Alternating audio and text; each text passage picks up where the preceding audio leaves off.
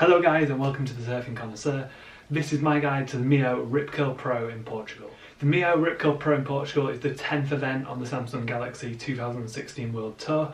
It's the penultimate event before we enter Pipeline. That adds a lot of stresses and pressure as we enter this event.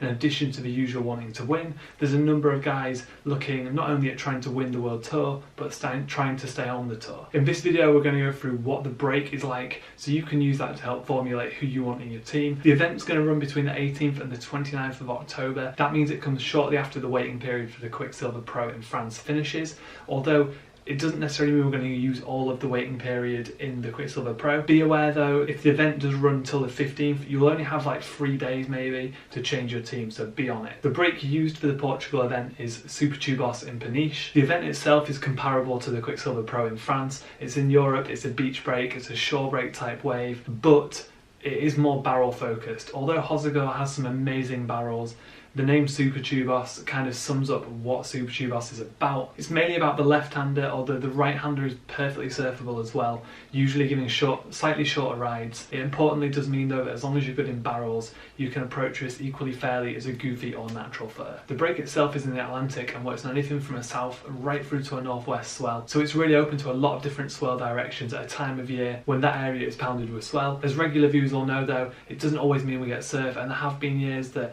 although there's waves, the conditions need to tie up perfectly for the break to work really well. There's been previous years when there's been a lot of free surfing going off at other breaks, but event organisers were either reluctant or couldn't move the venue, and we were teased with persistent amazing surf videos but hardly any competition. For Super Tubos to work really well, you're looking at wanting a southwest swell with northeast winds. Although it will obviously change through the tides, it is a break that can be surfed anywhere throughout its tidal range. And like any beach break, the banks and rips do change as that tide changes, so you're looking for surfers again who can adapt to those changes just like you were in France and earlier on in the year in Brazil. Although we don't have any Portuguese surfers on tour at the moment, the Portuguese fans tend to get strongly behind the Brazilians because they share the language with them, so that might be worth bearing in mind when you're thinking who the local surfers are and who are going to have the crowd support. Although you'd expect the guys who perform well in France to do well here also, Gabriel, Kelly and John. Looking back quickly at the previous results for this event over the last 3 years, you'll notice that it's actually much more of a mixed bag than that. My intention isn't to go into that in this video. I will have my dream team selection up within the next week. That'll look at the 8 best selections based on previous and current form